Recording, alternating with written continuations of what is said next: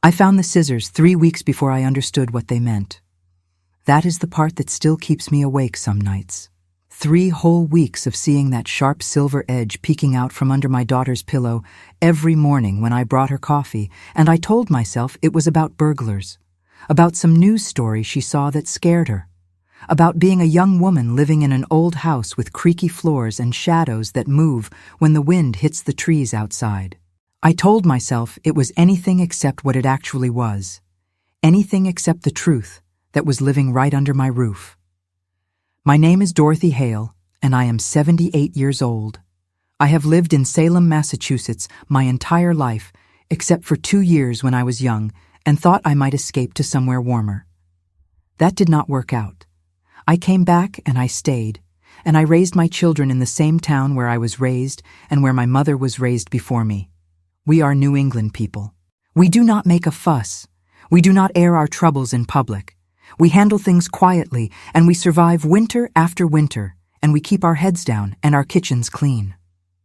That is what I was taught. That is what I believed made a person strong.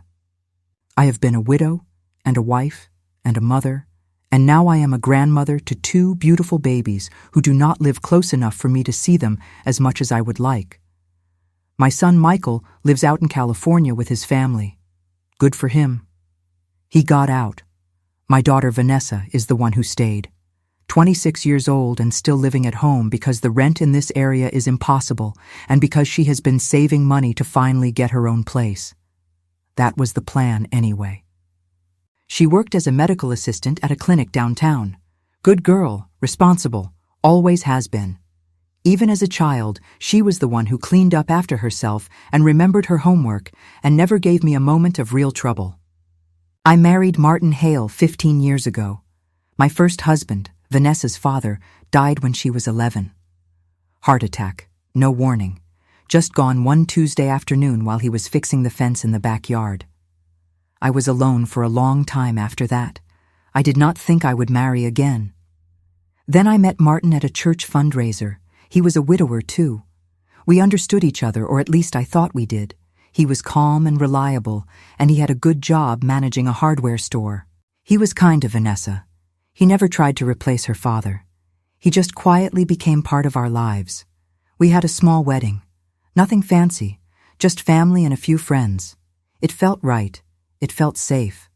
Looking back now, I wonder how I missed it. How I looked at this man every single day for 15 years and never saw what was underneath. But that is the thing about people like Martin. They know how to be exactly what you need them to be. They know how to make you feel like you are the one who is confused when something does not add up. They are so good at being normal that you forget to question anything at all. Our house is a 3-story colonial built in 1897. It has the original wood floors and too many rooms and a heating system that sounds like it is dying every winter, but somehow keeps going. Vanessa's room is on the 2nd floor at the end of the hallway. Mine and Martin's room is on the same floor, but at the opposite end. There is a bathroom between us and a linen closet and a guest room we never use. The 3rd floor is just storage now. Old furniture. Boxes of things I cannot throw away, but do not need. The house has good bones, but it creaks. Every step on those stairs announces itself.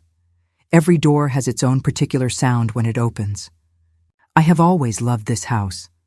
It smells like lemon wood polish and old books, and the lavender sachets I keep in all the drawers.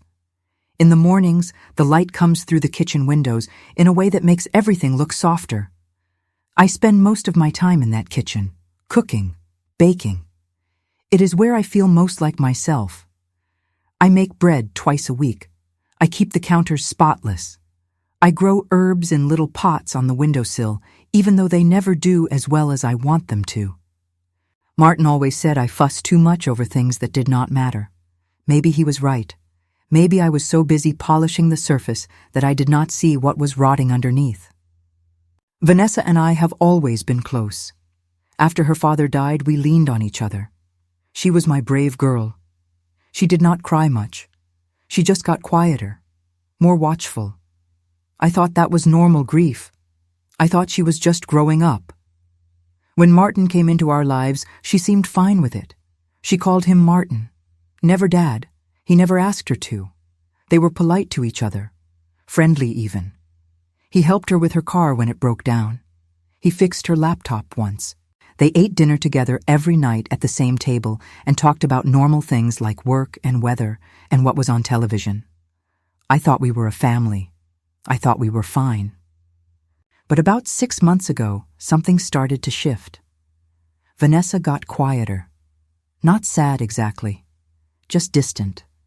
She stopped lingering in the kitchen after dinner to talk with me the way she used to. She started going straight to her room and locking the door. I asked her a few times if everything was okay. She said she was just tired. Work was stressful. She had a lot on her mind. I believed her because I wanted to. Because what mother wants to think something is wrong when her daughter says she is fine? Then I started noticing other things, small things. She stopped eating as much. I would make her favorite meals and she would pick at them and say she was not hungry. She lost weight. Not a dramatic amount, but enough that her clothes looked looser. Her face looked thinner. I asked if she was feeling sick. She said no. I asked if she wanted to see a doctor. She said she was fine. That word again. Fine. I have learned to hate that word. She started having trouble sleeping. I could hear her moving around upstairs late at night, pacing. I would find her in the kitchen at 2 a.m, making tea and staring out the window like she was waiting for something. When I asked what she was doing up, she would just say she could not sleep. I told her maybe she should try melatonin or chamomile or cutting back on caffeine. She nodded and said she would try. But the pacing continued. The dark circles under her eyes got worse. She stopped going out with her friends. She used to have a whole group of girls she had known since high school. They would meet for drinks or go to the movies or just hang out. But she stopped returning their calls, stopped making plans. One of them, a sweet girl named Becca, came by the house looking for her one afternoon. She asked me if Vanessa was okay because she had been so distant lately. I told her Vanessa was just busy with work. I made excuses because that is what you do. You protect your child even when you do not know what you are protecting them from. And then there were the moments that did not make sense. Little flashes of something wrong that I could not quite name. Like the time I walked into the living room and Martin was sitting on the couch and Vanessa was standing near the doorway and the air between them felt thick. She looked at me with this expression I could not read. Relief, maybe, or fear. I asked if everything was okay. Martin smiled and said, of course. Vanessa just nodded and left the room. I told myself I was imagining things. Or the time I came home early from the grocery store and found Vanessa in the upstairs hallway pressing herself against the wall like she was trying to disappear. I asked what she was doing. She said she thought she heard a noise. I did not hear anything. I told her it was probably just the house settling. She nodded, but she did not move. She just stood there with her back against the wall and her eyes on the stairs like she was waiting for something to come up them. Before I go any further, I need to take a breath here. And I want to thank you for listening to this old woman try to make sense of something that still does not make sense even now. If you are still with me, would you do me a kindness? Tell me in the comments where you are watching from, what city, what state, and if it is late where you are, tell me that too. I like knowing I am not alone in the dark with these memories. Hit that like button if you are feeling what I am feeling right now. And subscribe if you want to hear the rest of this story and others like it. There is one every single day here. Stories that need to be told. Now where was I? The scissors. That is where this really begins.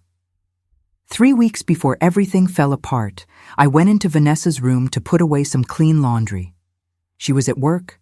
The door was open. I walked in and set the folded clothes on her dresser, and that is when I saw them. A pair of kitchen scissors lying on her nightstand, not tucked away in a drawer, just sitting there out in the open like they belonged. I picked them up. They were the good ones. Sharp, heavy, the kind you use to cut through chicken bones. I stood there holding them and trying to figure out why they would be in her bedroom. I brought them back downstairs and put them in the kitchen drawer where they belonged. I did not mention it to Vanessa. I thought maybe she had used them to open a package or cut a tag off something and just forgot to bring them back down. It did not seem like a big deal. But the next day, they were back. Same spot, nightstand, right next to her lamp. This time, I left them there. I did not say anything. I just closed her door and went about my day. And that night, after Vanessa came home from work and went upstairs, I heard her moving around in her room for a long time. Drawers opening and closing. Something heavy being dragged across the floor. I almost went to check on her, but I did not. I told myself she was just rearranging things. Young people do that. The third time I saw the scissors, they were under her pillow. I only saw them because I was changing her sheets while she was at work. I pulled the pillowcase off, and there they were, tucked underneath, blade pointing toward the headboard. Handle within easy reach. My stomach did this little flip. I stood there staring at them for a long time, trying to make it make sense.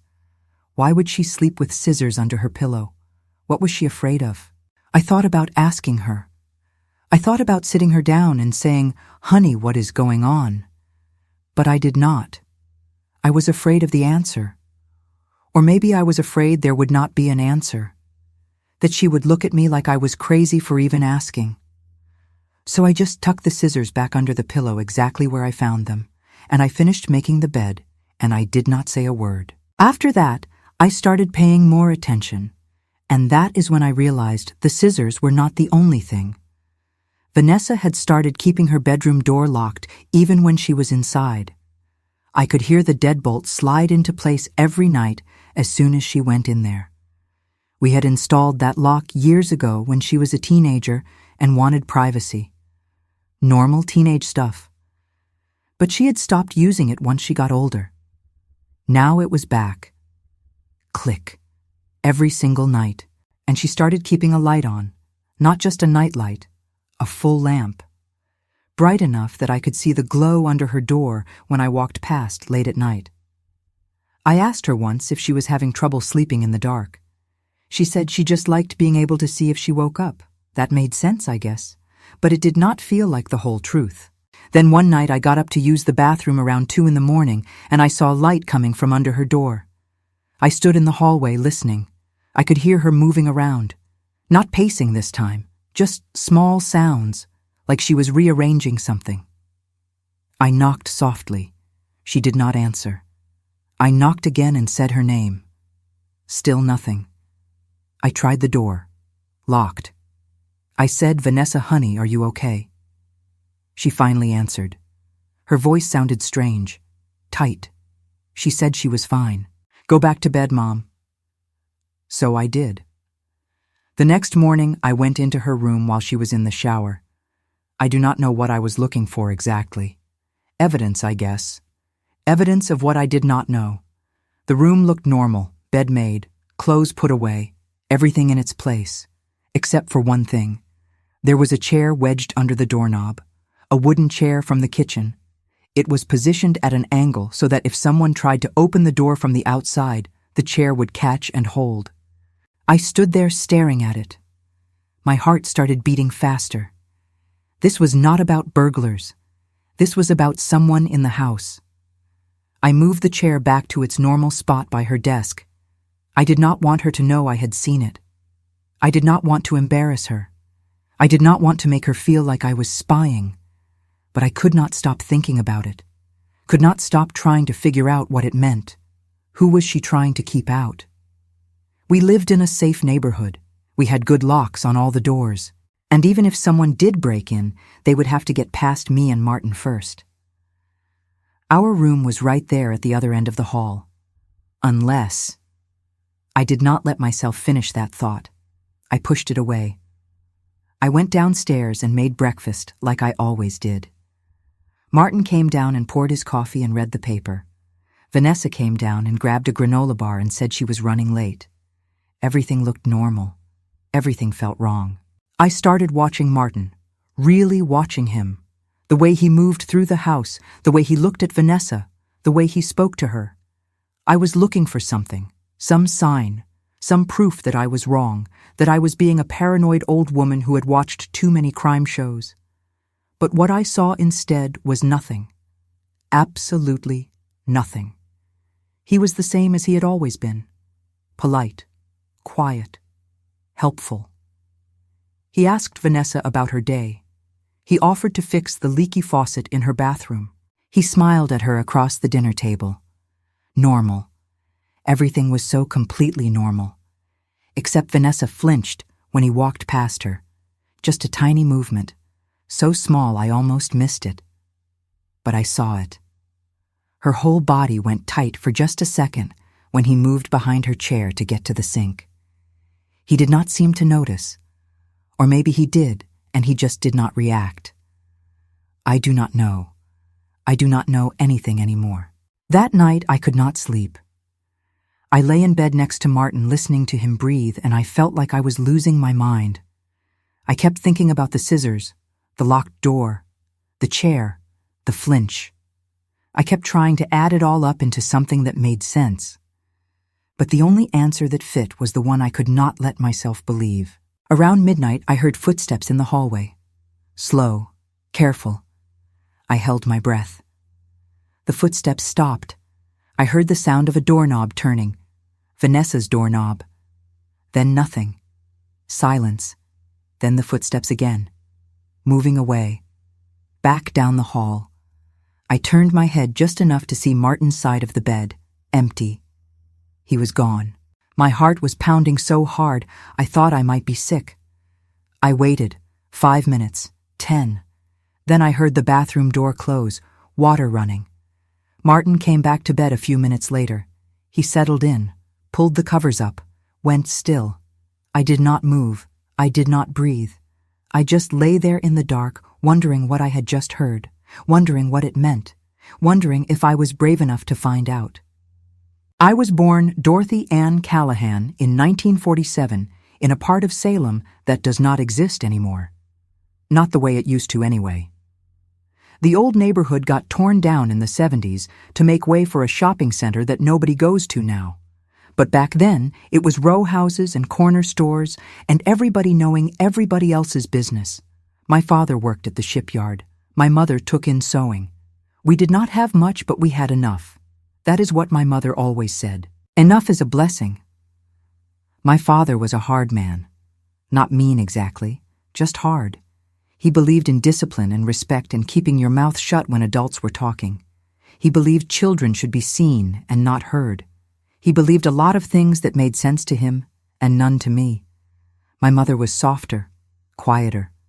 She moved through the house like she was trying not to take up too much space. I did not understand that when I was young. I understand it now. When I was 9 years old, something happened that I have never told anyone.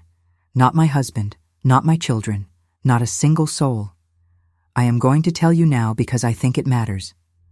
I think it explains why I did not see what was happening to Vanessa until it was almost too late. I think it explains why I spent so long convincing myself that everything was fine when it was not. There was a man who lived 3 doors down from us. His name was Mr. Calloway. He was a friend of my father's. They worked together at the shipyard. He was over at our house all the time, drinking beer in the kitchen, watching baseball on our little television. He was nice to me. Always had a piece of candy in his pocket. Always asked about school. My parents thought he was a good man, a decent man. I thought so too until the day he was not. It happened on a Saturday afternoon. My mother had sent me to his house to borrow a wrench for my father. I knocked on the door. He answered. He invited me in, said the wrench was in the basement and I should come help him find it. I followed him down the stairs because that is what you did back then. You listened to adults. You did what they told you. You did not question. He did not do much, not compared to what some men do. He just touched me, put his hands where they should not have been, said things that made my skin crawl. It only lasted a few minutes. Then he gave me the wrench and told me to go home. Told me it was our secret. Told me not to tell anyone or I would get in trouble. I believed him. I went home. I gave my father the wrench. I did not say a word. I tried to tell my mother once, a few days later. I did not have the words for what happened. I just said Mr. Calloway made me feel funny. She asked what I meant. I did not know how to explain. I started crying. She got impatient, told me to stop being dramatic, told me Mr. Calloway was a good man and I was being silly. So I stopped. I never brought it up again. And I learned something that day. I learned that sometimes the people who are supposed to protect you will not believe you. I learned that being a good liar is more important than being a good man. I learned to keep my mouth shut. I carried that with me my whole life. I carried the shame of it, the silence of it. And when I became a mother myself, I swore I would be different. I swore I would listen to my children. I swore I would believe them no matter what. But when the moment came, when Vanessa needed me to see what was happening, I did the exact same thing my mother did. I looked away. I still cannot believe I am saying this out loud. For years I kept this locked inside. But if you are still here, still listening, I want to thank you. That means the world to me. Where are you watching from tonight? Or is it morning where you are? Tell me in the comments, and if you know someone who needs to hear that they are not crazy, that their gut feeling is right, please share this with them. Subscribe if you want to hear what happened next. Because what I am about to tell you changed everything. I met my first husband, Robert Hale, when I was 22. He was 25. He worked construction. He was loud and funny, and he made me feel like I mattered. We got married 6 months after we met. People said we were rushing. Maybe we were, but I did not care. I wanted out of my parents' house. I wanted my own life. Robert gave me that. We had Michael 2 years later. Then Vanessa 3 years after that. Robert was a good father. He worked long hours, but he always came home. He played with the kids. He helped with bedtime. He fixed things around the house. He was not perfect. He drank too much sometimes. He had a temper. But he never raised a hand to me or the children. He loved us. I never doubted that. When he died, I thought my life was over. I was 41 years old, 2 kids, a mortgage, no idea how I was going to manage. But I did. I got a job at a bakery. I worked every shift they would give me. I kept the house. I kept the kids fed and clothed and in school. I survived. That is what you do. You survive. Michael left for college when he was 18 and never really came back. He calls on holidays. He sends pictures of the grandkids. But we are not close. I think he needed distance from all the sadness that filled the house after his father died. I do not blame him. Vanessa stayed. She went to community college, got her certification as a medical assistant, started working. She was my rock, my companion, the person I talked to every day. I do not know what I would have done without her. When I met Martin, I was not looking for anyone. I had been alone for almost 10 years, and I was fine with it. But he was persistent. He asked me to coffee, then dinner, then a movie. He was calm and steady, and he did not expect me to be anything other than what I was. He did not try to change me. He did not push. He just quietly became part of my life, part of Vanessa's life. I asked Vanessa what she thought before I married him. I told her I would not do it if she was not comfortable. She said she wanted me to be happy. She said Martin seemed nice. She said it was fine. There was that word again. Fine. I should have asked more questions. I should have paid closer attention to her face when she said it. But I did not. I wanted to believe everything was okay. I wanted to believe I deserved to be happy again. The wedding was small. Just family and a few people from church. We had the reception in the church basement, sandwiches and cake. Nothing fancy. Martin moved into my house, our house. He fit right in. He was handy. He fixed the back steps that had been sagging for years. He repainted the kitchen. He mowed the lawn every Saturday. He was reliable. That is the word everyone used to describe him. Reliable. He worked at the hardware store managing inventory and helping customers. He knew everything about tools and lumber and plumbing. People trusted him. They asked his advice. He was involved at church. He volunteered for fundraisers. He helped with the annual rummage sale. He was exactly the kind of man people in this town respect. solid, dependable, boring in the best possible way. His first wife had died of cancer about 5 years before I met him. He did not talk about her much, just said it was hard. Said he missed her. Said he was lonely. I understood that. We bonded over loss, over knowing what it felt like to have the person you built your life with just disappear. I thought that made us compatible. I thought that meant we understood each other. Looking back now, I wonder if I ever really knew him at all.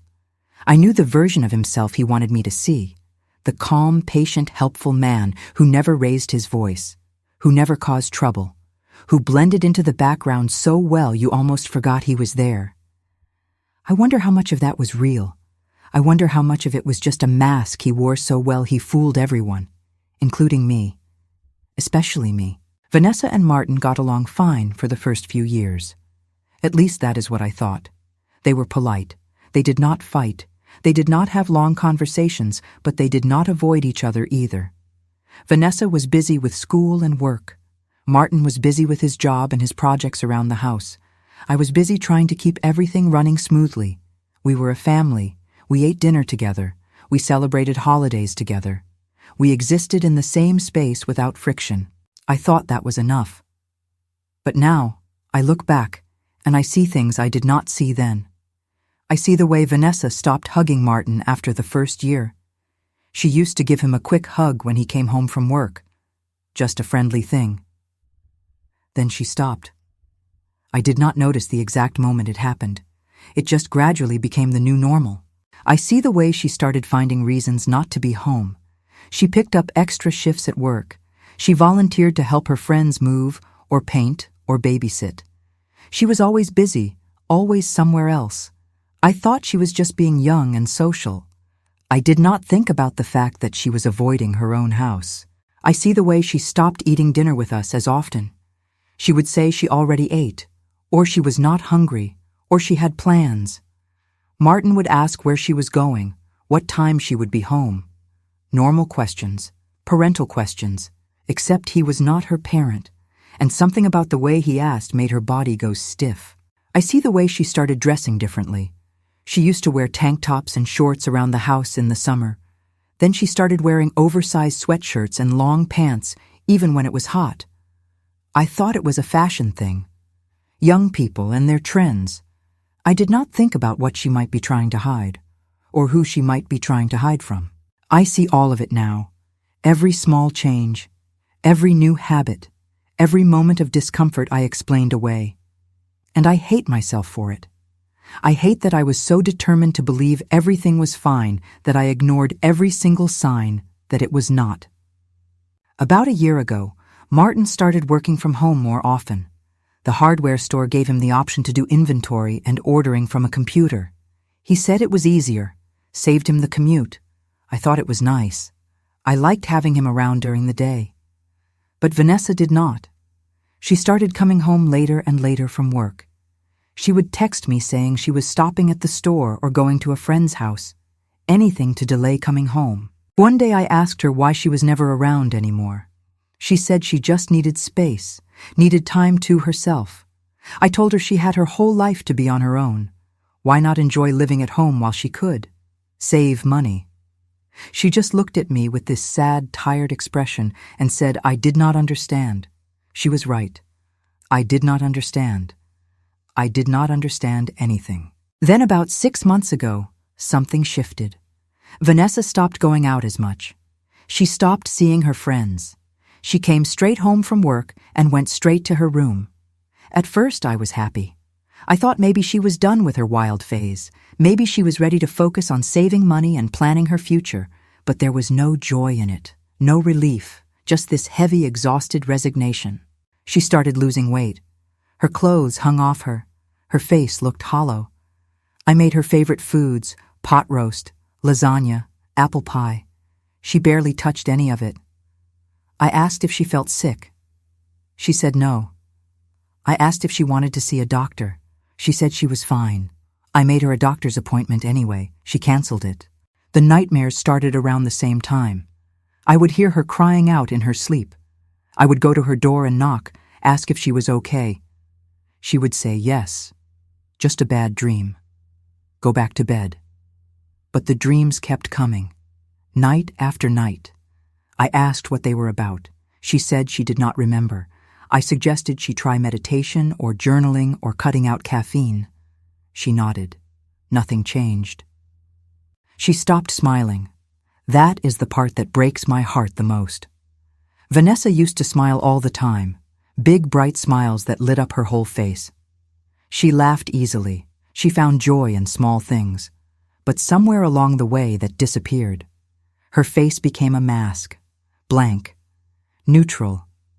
She moved through the house like a ghost, present, but not really there. I tried to talk to her so many times.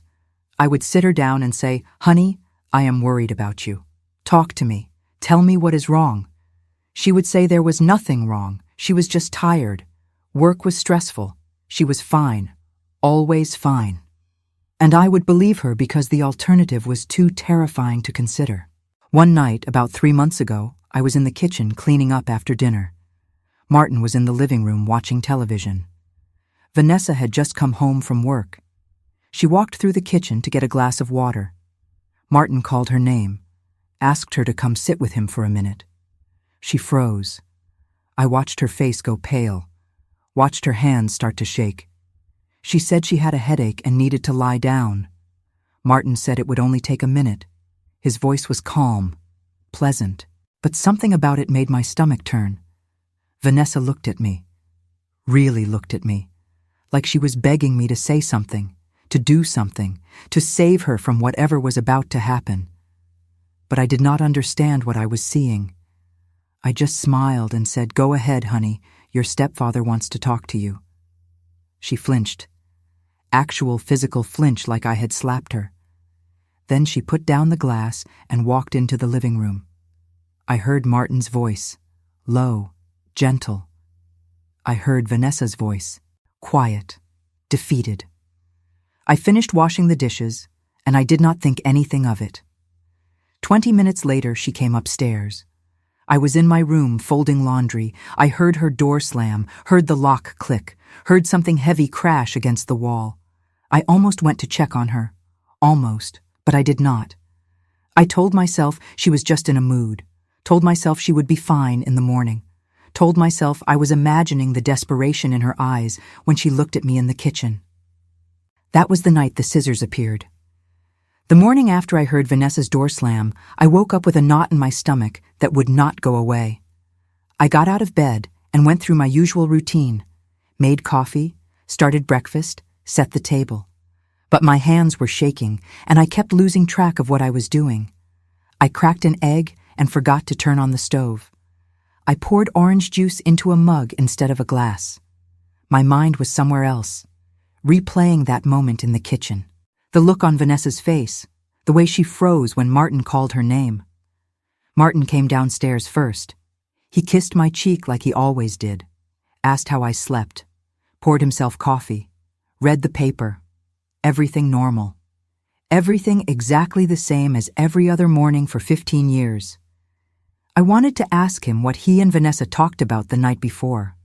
Wanted to ask why she looked so frightened. But I did not know how to phrase the question without sounding accusatory, without sounding crazy, so I said nothing. Vanessa came down 20 minutes later. She looked like she had not slept at all. Dark circles under her eyes, hair pulled back in a messy ponytail. She was wearing a baggy sweatshirt even though it was already warm in the kitchen. She did not look at Martin, did not look at me. Just grabbed her purse and her keys and said she was running late for work. I followed her to the front door, touched her arm, said, "Honey, are you okay?" She pulled away from me, not violently, just a quick step back like my touch burned. She said she was fine.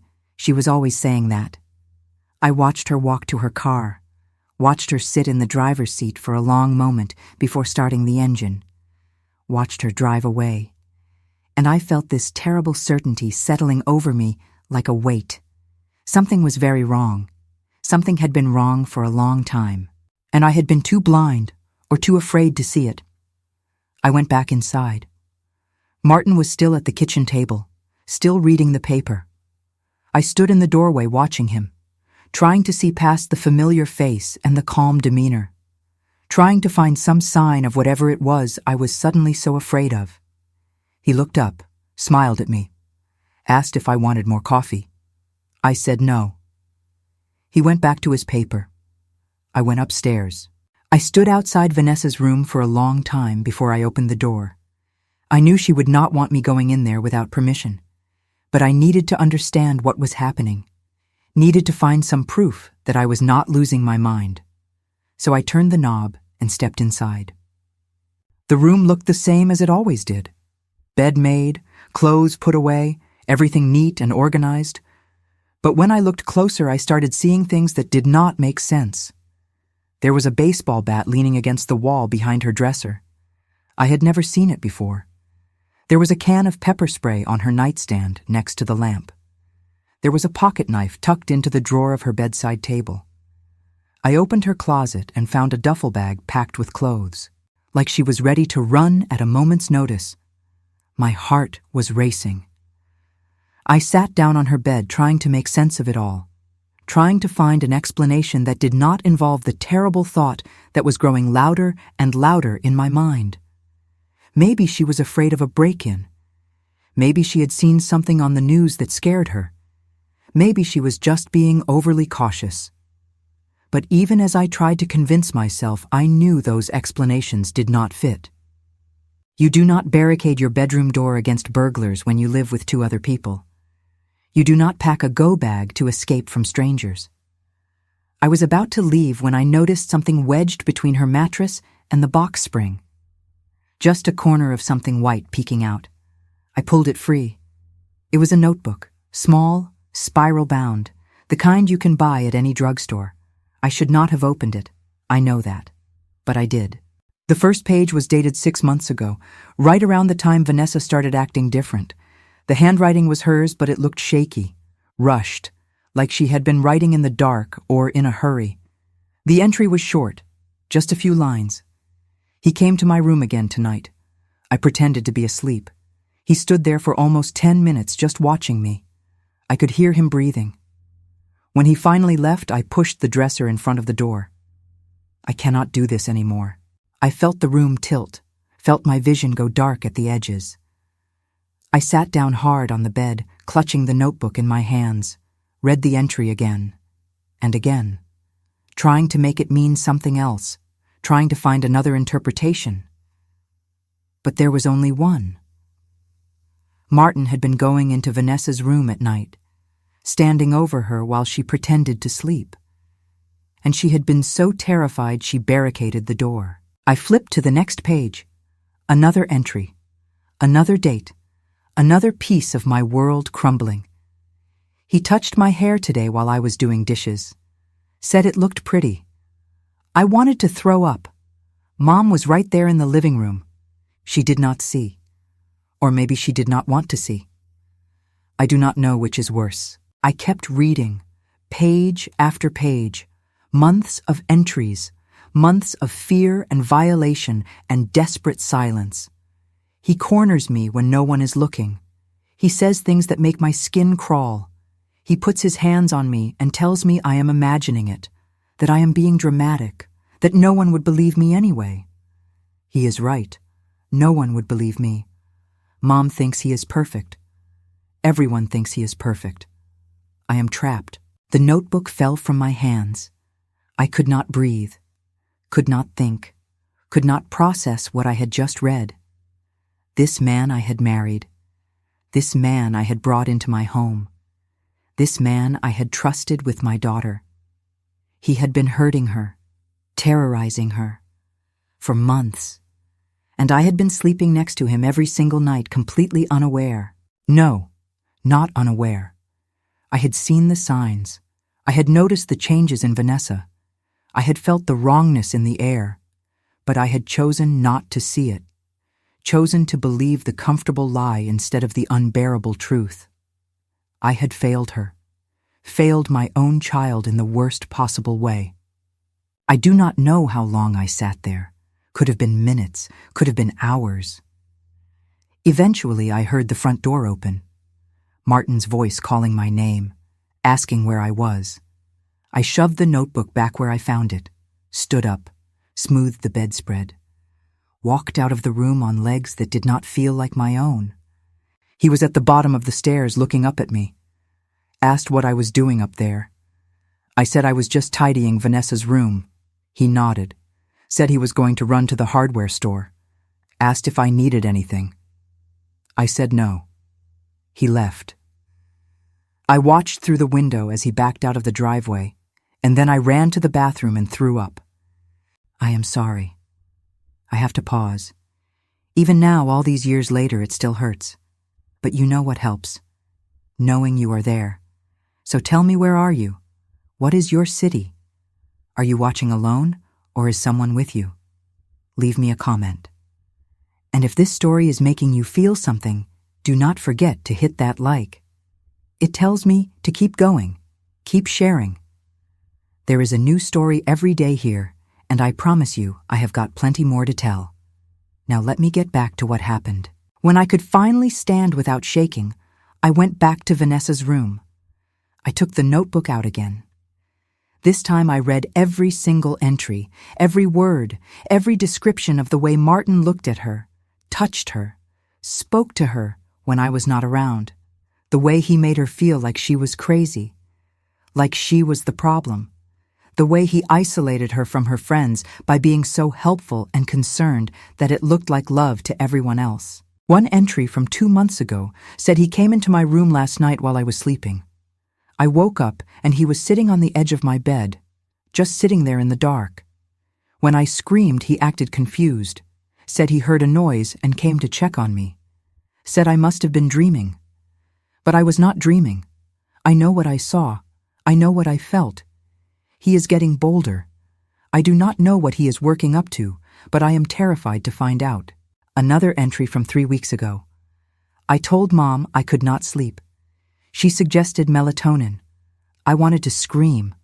I wanted to tell her that the reason I cannot sleep is because her husband keeps trying to get into my room, that I have to lock the door and push furniture against it and sleep with scissors under my pillow because I do not know what he will do if he gets in. But I cannot tell her. She loves him. She will never believe me. I am completely alone. I was crying by the time I finished reading. Huge, gulping sobs that I tried to muffle with my hand. My daughter had been living in hell, in her own home, the one place she should have been safe. And she had been carrying it alone because she thought I would not believe her, because I had already proven I would not see what was right in front of me. I put the notebook back exactly where I found it. I went downstairs. I sat at the kitchen table. I tried to figure out what to do. My first instinct was to pack Vanessa's things and mine and leave, get out of the house, get away from Martin. But where would we go? And what would I tell people? I had no proof beyond a notebook that could be explained away as anxiety or paranoia or vivid nightmares. Martin was respected in this community. I was just an old woman married to a man everyone trusted. My second instinct was to confront him, to scream at him, to demand the truth. But I knew how that would go. He would deny everything. He would twist it around. He would make me doubt what I had read. He was good at that, good at making people believe whatever version of reality he wanted them to believe. My third instinct was to call the police. But what would I say? My daughter wrote in her notebook that her stepfather makes her uncomfortable. They would ask if he had touched her. I did not know. The entries described him standing in her room, touching her hair, cornering her, but nothing explicit, nothing that would hold up as evidence. They would tell me it was a family matter. They would suggest counseling. They would do nothing. I sat there for hours going in circles, paralyzed by fear and guilt and indecision. I kept thinking about all the times I could have stopped this, all the moments I had the chance to ask the right questions, to see the truth, to protect my daughter. But I had chosen comfort over vigilance. I had chosen my own happiness over her safety. And now I did not know how to fix it. When Vanessa came home that evening, I tried to act normal. I had dinner ready. I set the table. Martin came home right after her. We sat down to eat.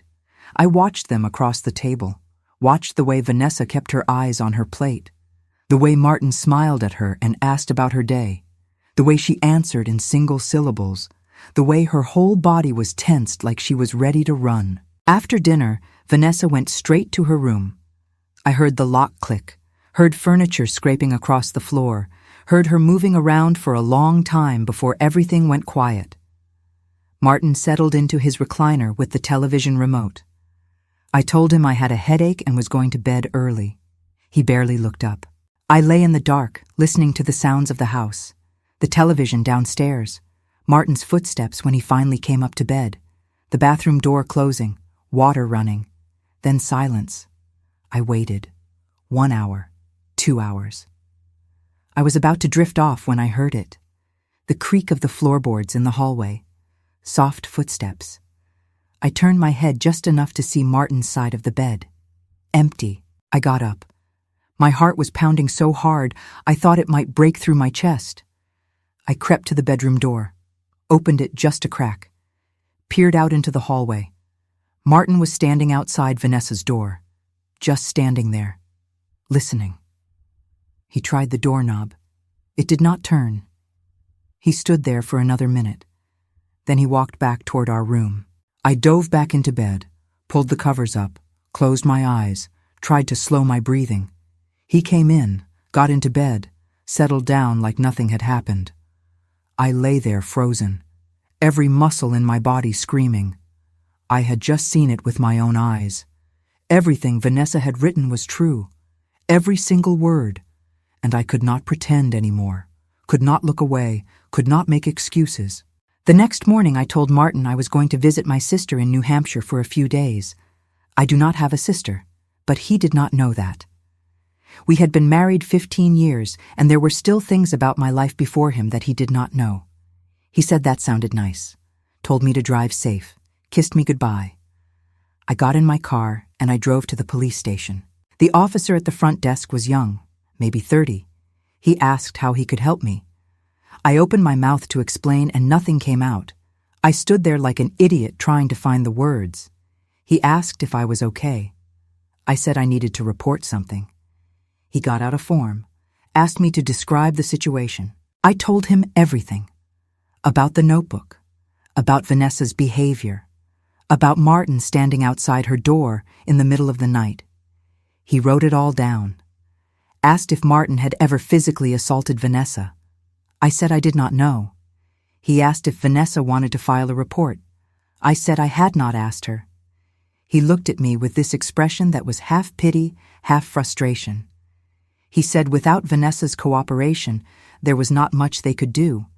He said I should talk to her, encourage her to come in and make a statement. He gave me his card, told me to call if anything else happened. I walked out of that police station feeling more hopeless than when I walked in. They were not going to help, not without Vanessa.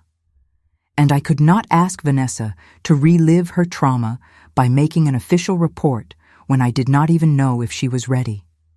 When I did not know if she would ever be ready. I sat in my car in the parking lot and I called her. She answered on the third ring, asked where I was. I said I needed to talk to her, needed to see her. Could she meet me somewhere? She hesitated, asked why. I said, please, just trust me. She finally agreed to meet me at a coffee shop near her work during her lunch break. I got there early, ordered tea I did not drink, sat at a table in the back corner, waited. She walked in 20 minutes later looking confused and worried, sat down across from me, asked what was going on. I looked at her, really looked at her. This beautiful, brave girl who had been fighting a war all by herself, and I started crying. She reached across the table, touched my hand, said, "Mom, what is wrong?" I said, "I know." She pulled her hand back. Her face went pale. She said, "You know what?" I said, "I know what Martin has been doing to you. I read your notebook. I am so sorry. I am so sorry." She did not cry. She just sat there staring at me. Then she stood up, said she had to go. I grabbed her wrist, said, "Please do not leave. We need to talk about this." She yanked her arm away, said there is nothing to talk about. You were not supposed to find that. You were not supposed to know. Now everything is going to get worse. I said it does not have to get worse. We can fix this. We can go to the police together. We can get you out of that house. She laughed. It was the saddest sound I have ever heard. She said, you think the police will help. You think anyone will believe me over him. He is the perfect husband, the perfect neighbor, the perfect churchgoer. I am just the ungrateful stepdaughter who is probably making it all up for attention. I said, I believe you. She looked at me with so much pain in her eyes, said, where were you 6 months ago? Where were you when I needed you to believe me? Where were you every single night when he was standing outside my door? I did not have an answer. There was no answer that would make it better. She left, walked out of the coffee shop, and did not look back. I sat there alone with my cold tea and my crushing guilt. I had finally seen the truth, finally believed her. But I was too late. The damage was done. And I did not know if she would ever forgive me. I did not go back home that day. I could not. The thought of walking into that house and seeing Martin and pretending everything was normal made me physically ill. Instead, I drove. No destination. Just drove through towns I barely remembered and past landmarks that used to mean something. I ended up at the ocean, parked at a beach that was empty because it was a weekday in October, and no one goes to the beach in New England in October except people who are trying to outrun their own thoughts. I sat on a bench overlooking the water, and I let myself feel everything I had been pushing down. The guilt, the shame, the rage. How could I have been so blind? How could I have chosen a man over my own daughter? How could I have missed every single sign that she was in danger? The waves crashed, and the seagulls screamed, and I screamed too. Just let it out into the wind where no one could hear me. When I finally stopped crying, I called my son, Michael. It was early afternoon, which meant late morning in California. He answered, sounding distracted. Asked what was wrong. I did not know where to start, so I just said, I need help. That got his attention. He asked if I was okay. If I was hurt. I said no, but Vanessa is not okay, and I do not know what to do. I told him everything. About the notebook. About Martin. About Vanessa refusing to talk to me. He was quiet for a long time. Then he said, Mom, are you sure? I felt something inside me break. My own son. Asking if I was sure. Doubting what I was telling him. I said, yes, Michael, I am sure. Your sister has been living in hell, and I need you to help me figure out how to get her out. He sighed. Said he did not know what he could do from California. Said maybe Vanessa was exaggerating. Said maybe there was a misunderstanding. I hung up on him. I could not listen to one more person tell me I was wrong. Tell me Martin was a good man. Tell me Vanessa was confused or dramatic or lying. I was done with all of it. I sat there until the sun started to set. Then I drove to a motel on the outskirts of town, checked in, lay on a bed that smelled like bleach, and stared at the ceiling. I could not go home. Not yet. Not until I figured out what to do. But I also could not leave Vanessa alone in that house with him. So I called her again. She did not answer. I called 3 more times. Voicemail every time. I sent her a text. Please call me. I am not at home. I am not going back until we figure this out together. Please just let me know you are safe. She did not respond. I stayed up all night watching my phone, waiting, praying she would reach out. She did not. The next morning, I went back to the police station, asked to speak to the same officer from yesterday. He came out to the lobby, asked if Vanessa had decided to file a report. I said no, but I need you to understand that she is in danger. He said he understood my concern, but without evidence or a complaint from Vanessa, there was nothing he could do.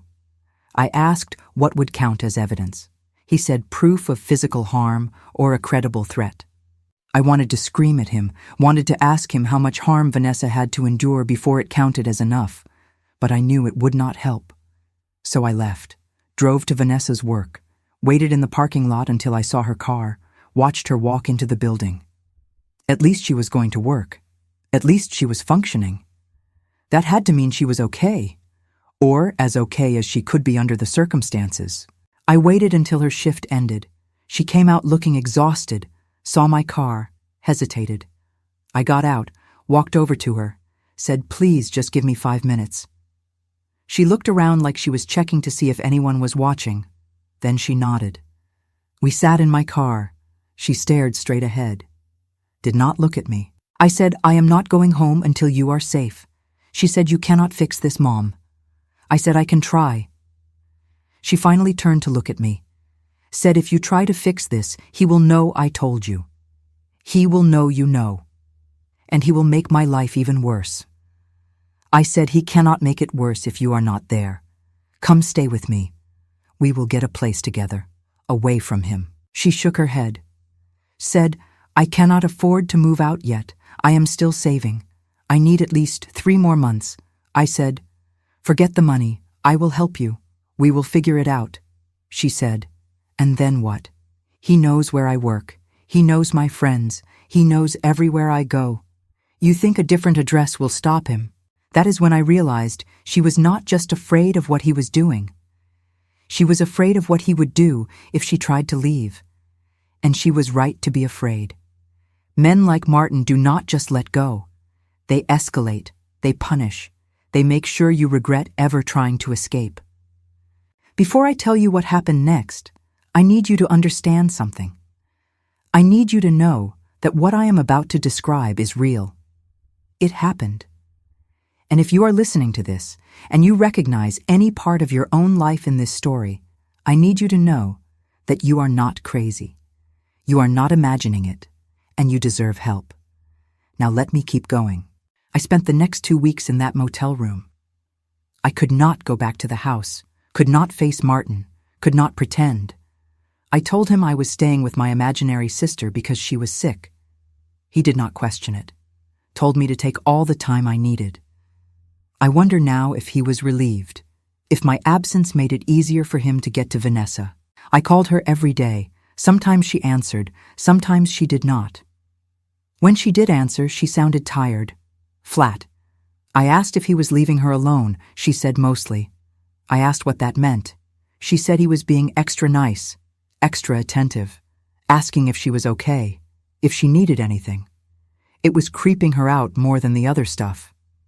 I understood why. The nice act was somehow worse because it was so clearly calculated.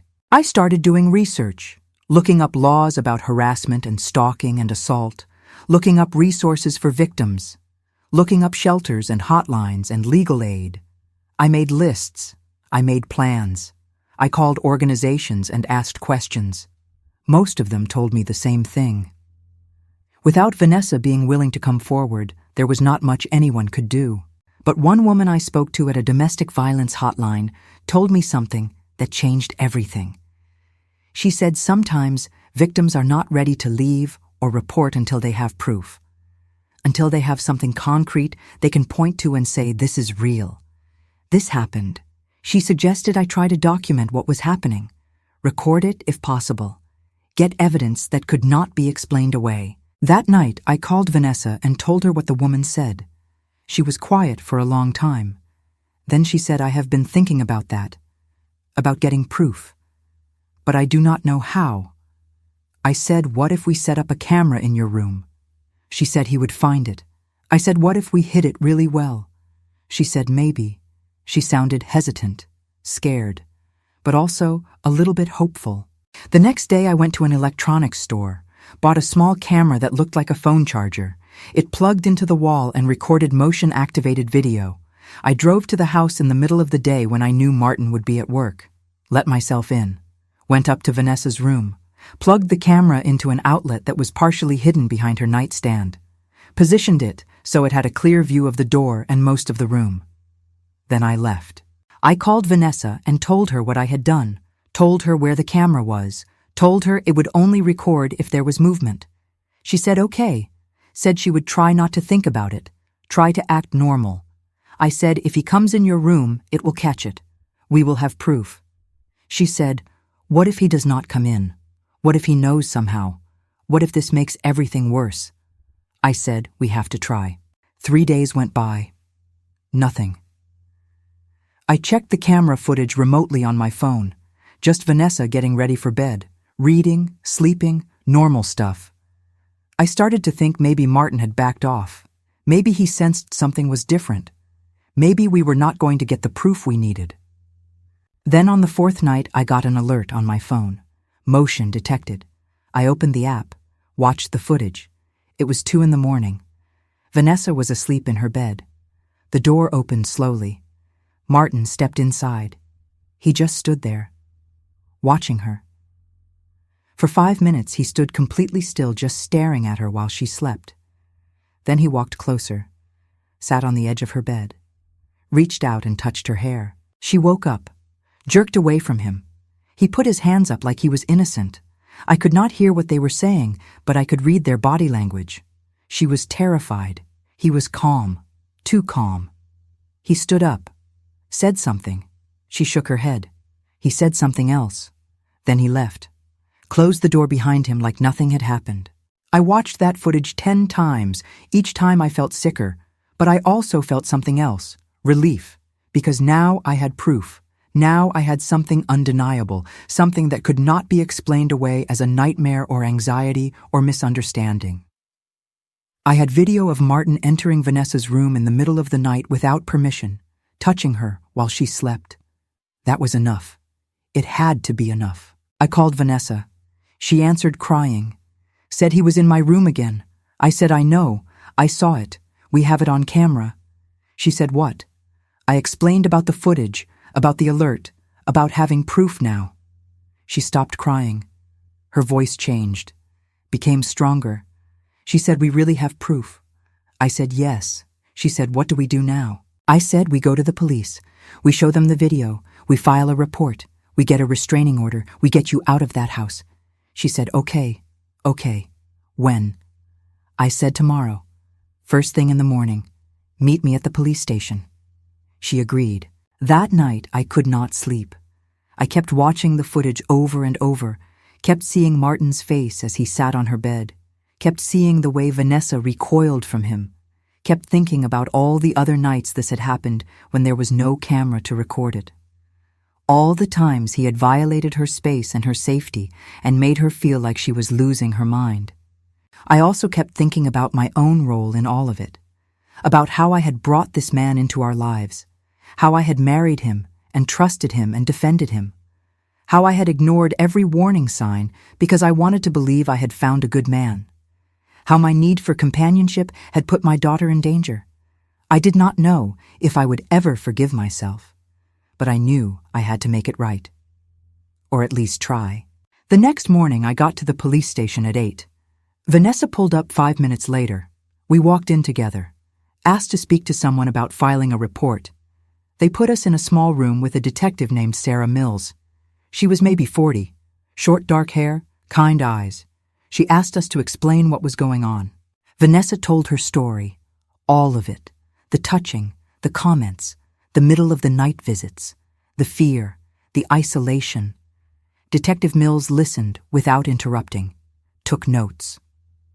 When Vanessa finished, the detective asked if she had any evidence. I pulled out my phone, showed her the footage. She watched it twice. Her expression did not change, but I saw something flicker in her eyes. Anger, maybe, or recognition. When she finished watching, she said this is definitely evidence of inappropriate behavior, potentially criminal depending on how the DA wants to pursue it. She said she would need to take a formal statement from Vanessa, that it might take a while. She asked if I could wait outside. I sat in the lobby for 2 hours, watched people come and go, watched officers move through the building with purpose, watched the clock on the wall tick forward 1 minute at a time. Finally, the door opened, and Vanessa came out with Detective Mills. The detective said they had everything they needed for now, that they would be investigating, that someone would be in touch soon. We walked out to the parking lot. Vanessa looked drained but also lighter somehow, like she had been carrying a weight for so long that she forgot what it felt like to stand up straight. I asked if she was okay. She said, I think so. I asked what she wanted to do now. She said, I cannot go back to that house. I said, "You are not going back. You are coming with me. We are going to pack your things and we are leaving." We drove to the house together. Martin's truck was not in the driveway. He was at work. Good. We went inside, went straight to Vanessa's room, started packing, clothes, toiletries, important documents, the notebook, the camera. We worked fast, did not talk, just moved with purpose. We were almost done when we heard the front door open. Footsteps on the stairs. Martin appeared in the doorway, looked at the suitcases, looked at us, said, "What is going on?" Vanessa froze. I stepped between them, said, "She is leaving." He said, "Leaving where?" I said, "Leaving this house." "Leaving you." He laughed. Actually laughed. Said, "This is ridiculous." "Vanessa, you are not going anywhere." She found her voice. Said, "Yes, I am." He took a step forward. I held up my phone. Said, "I have video of you in her room. Of you touching her. The police have it too. You need to step back." His face changed. The mask slipped. Just for a second I saw something cold and cruel flash across his features. Then it was gone, replaced by confusion, by hurt, by the performance of a man being falsely accused. He said, "You are both insane. I never touched her. She is making this up." I said, "I saw the video, Martin. I saw you." He said, "That video does not show anything. I was checking on her. She had a nightmare. I was being a good father." I said, "You are not her father, and you know exactly what you were doing." He turned to Vanessa. Said, Tell her you made this up." She shook her head, backed toward me. He said, "Vanessa, please. I have always been good to you. I have always treated you like my own daughter." She said, "You have never treated me like a daughter. You have treated me like prey." That did it. He lunged forward. I pushed Vanessa behind me, screamed at him to get back. He stopped, looked at both of us with pure hatred. Said, "You are going to regret this. Both of you." I said, "The only one with regrets here is you. Now get out of the way." We grabbed the suitcases, pushed past him. He did not try to stop us, but I could feel his eyes on us the whole way down the stairs. We got to the front door. I turned back. He was standing at the top of the stairs, looking down at us. He said, "Dorothy, you are making a mistake." I said, "The only mistake I made was trusting you." Then we left. We drove straight back to the motel, carried everything inside, locked the door, sat on the bed, and finally breathed. 6 months have passed since that day we walked out of the house with our suitcases and our evidence and our determination to never go back. 6 months since I finally chose my daughter over my own comfort. 6 months since Vanessa started the long, hard journey of healing from what that man did to her. I wish I could tell you that everything got easier right away, that justice came swiftly, that we rode off into the sunset and never looked back. But that is not how real life works. Real life is messy and complicated and full of setbacks that test you in ways you never expected. The first few weeks were the hardest. We stayed in that motel room, sleeping in the same bed like we used to when she was little and had nightmares. She would wake up in the middle of the night, gasping for air, convinced she heard his footsteps in the hallway. I would hold her and remind her that he was not here, that he could not get to her anymore, that she was safe. Some nights she believed me. Some nights she did not. Detective Mills called us 3 days after we filed the report, said they had interviewed Martin. He denied everything, of course, said the video was taken out of context, that he was just being a concerned parent checking on his stepdaughter who had been acting strange. He painted himself as the victim, said we were conspiring against him, said I was a bitter wife who wanted to destroy his reputation. The detective said she had heard it all before, said men like him always have the same playbook. She told us the district attorney was reviewing the case, that they were trying to decide if there was enough evidence to press charges. The video helped, but it was not a slam dunk. Martin had never explicitly touched Vanessa in a sexual way on camera. He had just been in her room, sitting on her bed, touching her hair. His lawyer would argue it was fatherly concern, that we were overreacting. That Vanessa was an adult who could have asked him to leave if she was truly uncomfortable. Vanessa cried when she heard that, said she knew no one would believe her. I held her hand and said, "We are not giving up. We have the truth on our side." She looked at me with those tired eyes and said, "The truth does not always win, Mom. Sometimes the truth just gets you labeled as crazy." But we kept fighting. We got a restraining order, temporary at first, then permanent after a hearing where Vanessa had to stand in front of a judge and describe what Martin had done to her. She was so brave. Her voice shook, but she did not break. She told the judge about the unwanted touching, the comments, the late-night visits, the fear. Martin sat across the courtroom looking wounded and confused, playing the part perfectly. But the judge saw through it, granted the order, said Martin was to have no contact with Vanessa, was to stay at least 500 feet away from her at all times. That should have been a relief. But it was not. Because a piece of paper does not stop a determined man. It just makes him angrier, more desperate, more dangerous. Martin started showing up places he knew Vanessa would be.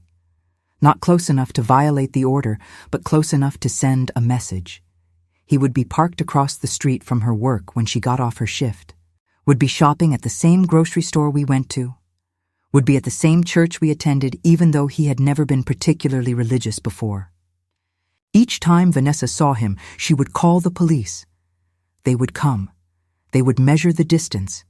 He would always be just outside the 500-foot boundary, smiling, waving, pretending he had every right to be there.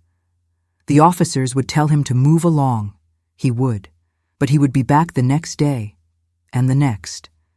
It was a form of torture, legal torture, and there was nothing we could do about it. Vanessa stopped going to church, stopped going to certain stores, started taking different routes to work. Her world got smaller and smaller as she tried to avoid him. I watched her shrink back into that frightened girl who slept with scissors under her pillow. I felt so helpless, so angry. I had gotten her out of the house, but I had not gotten her free. Then the district attorney finally made a decision. They were going to press charges, criminal trespass, stalking, harassment. Not the sexual assault charges we had hoped for, but something. The trial was set for 4 months out. Vanessa would have to testify, would have to face Martin in court and relive everything. She said she did not know if she could do it. I said, "You can. You are stronger than you know." She said, "I do not feel strong." I said, "I know. But you are."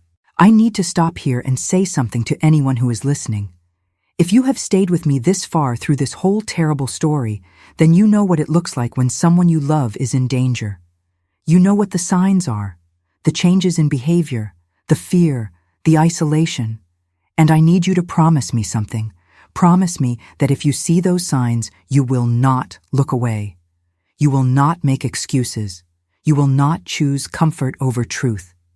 Because your attention, your belief, your willingness to act, that could be the difference between someone surviving and someone being destroyed.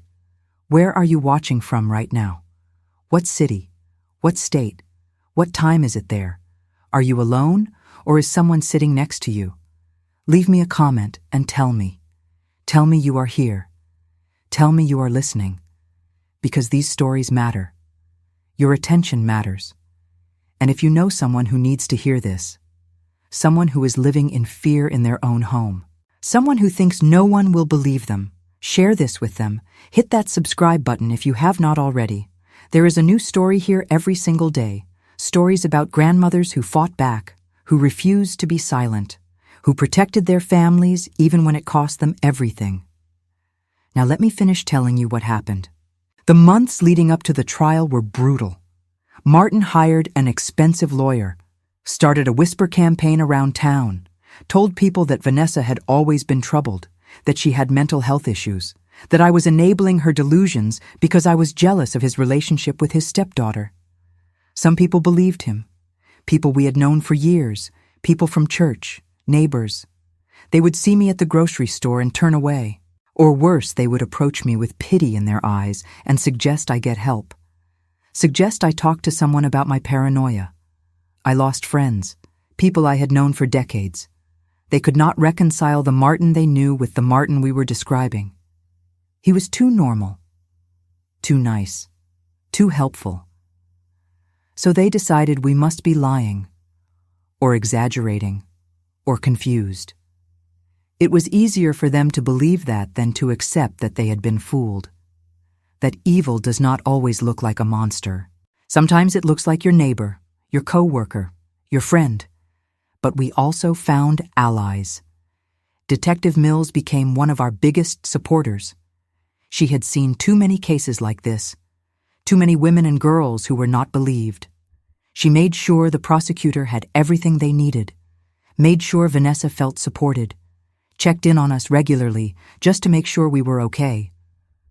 There are good people in this world, people who see the truth and refuse to look away. She was one of them. Vanessa started therapy.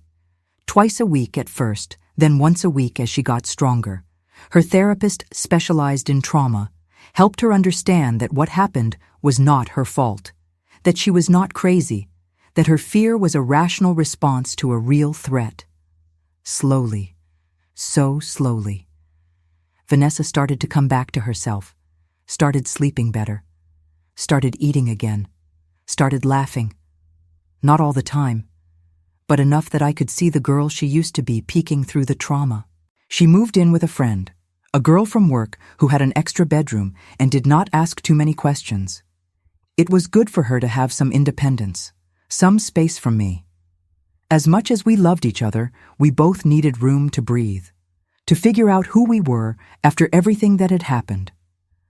I stayed in the motel for another month, then found a small apartment on the other side of town. Started over.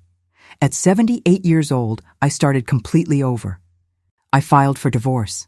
Martin contested it, of course, tried to drag it out, tried to get alimony, tried to claim I had abandoned him.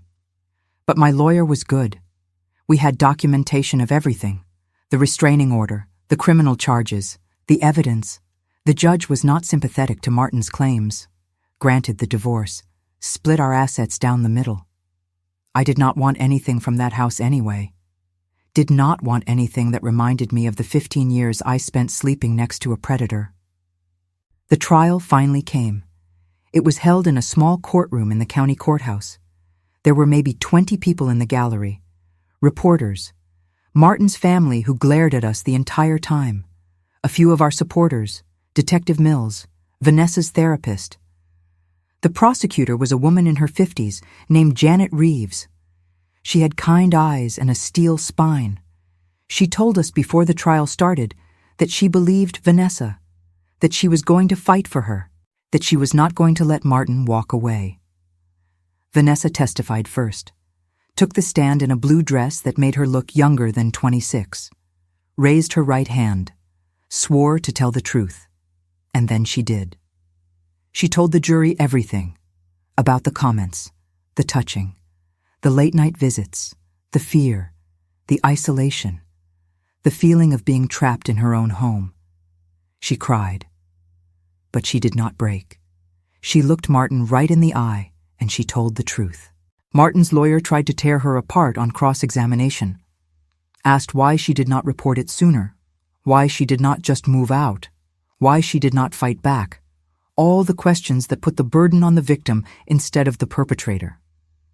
Vanessa answered each one calmly, said she was afraid, said she had no money, said she did not think anyone would believe her. The lawyer smirked, said, "So you expect this jury to believe you now?" She said yes, because I am telling the truth.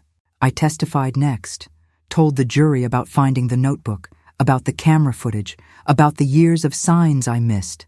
I admitted my failures, admitted I should have seen it sooner, should have protected her better, but I also made it clear that the only person responsible for what happened was Martin.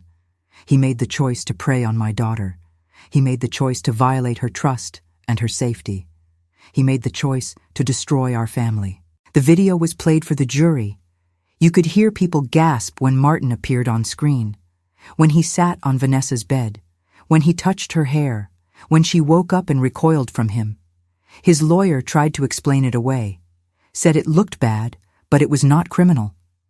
That Martin was just checking on his stepdaughter, that there was no evidence of sexual intent.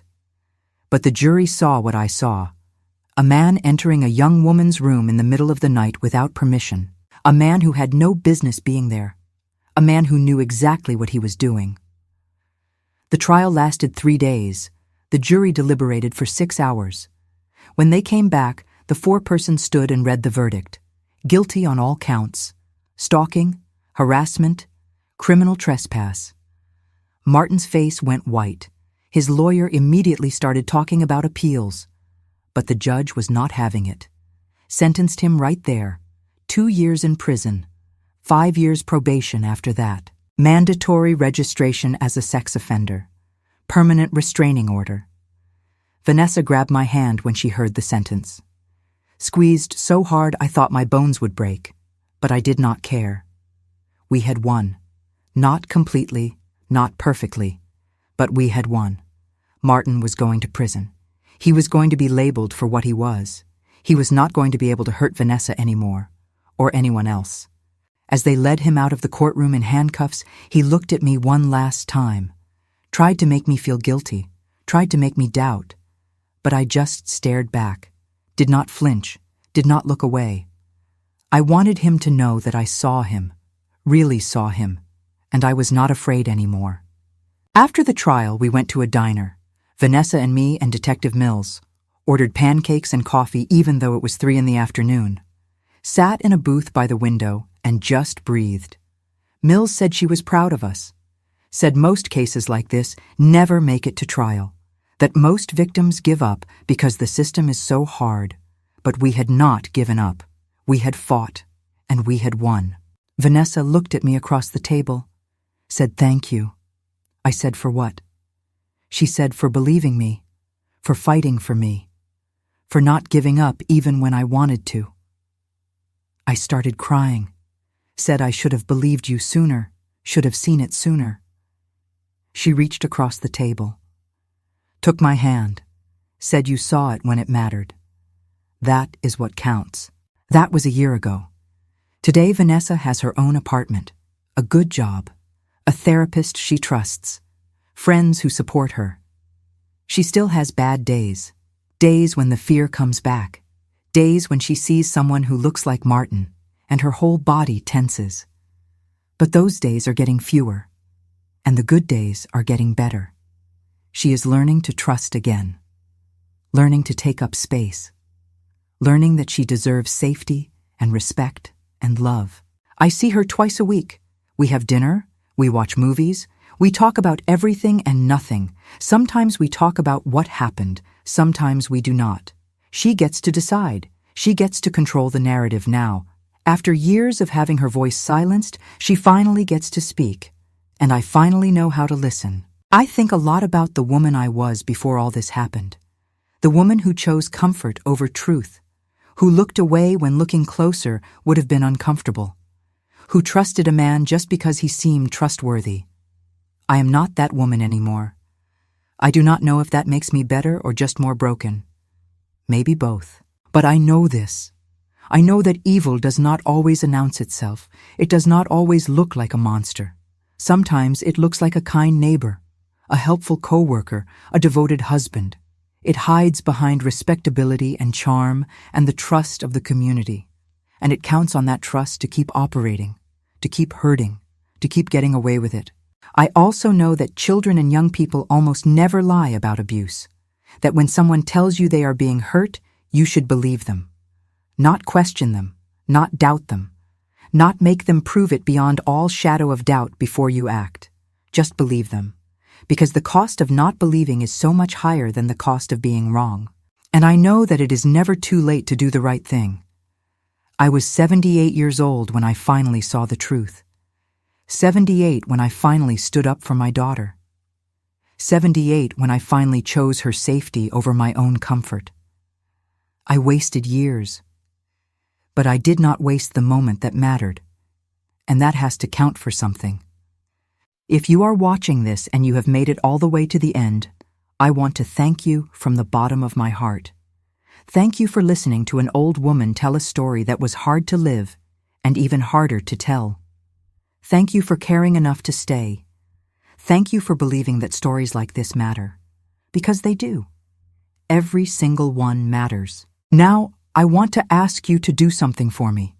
If you really listened, if you really heard what I said, if you understand why this story needed to be told, I want you to leave a comment with one word: guardian.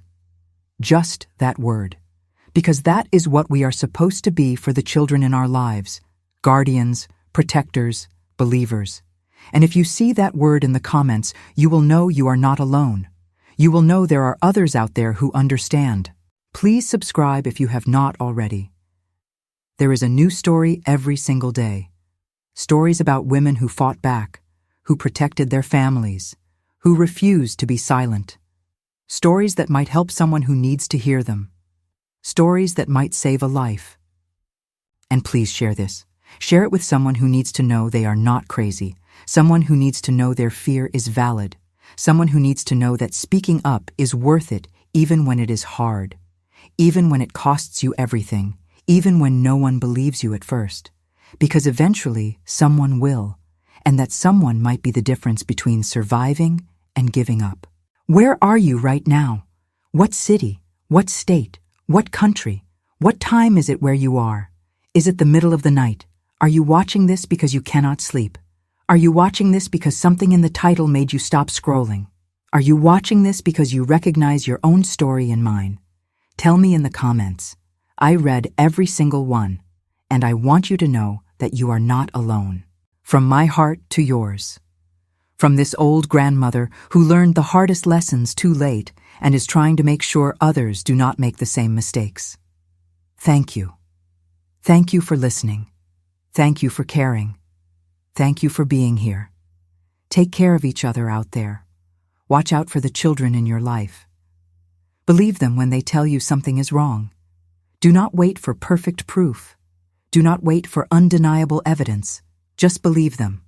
Act, protect, be the guardian they need.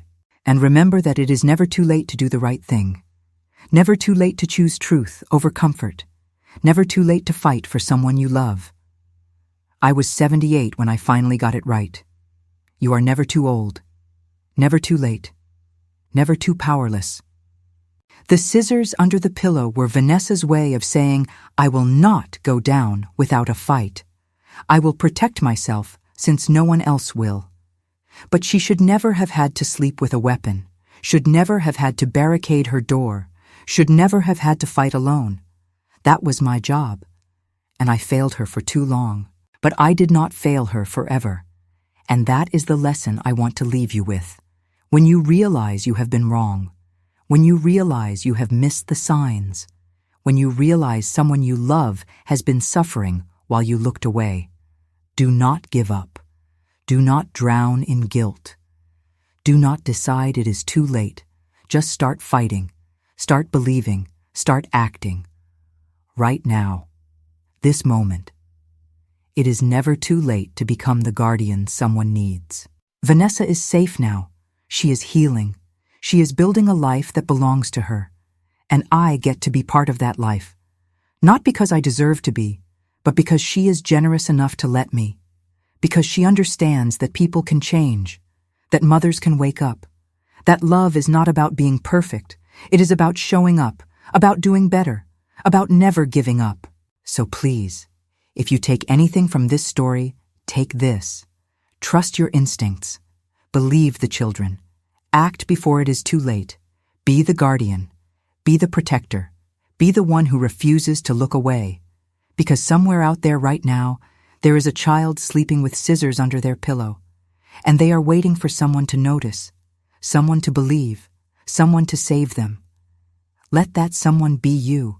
Thank you for listening. Thank you for staying. Thank you for caring. Subscribe for tomorrow's story. Leave that word in the comments if you heard me. Guardian. And please, please take care of each other. God bless you all.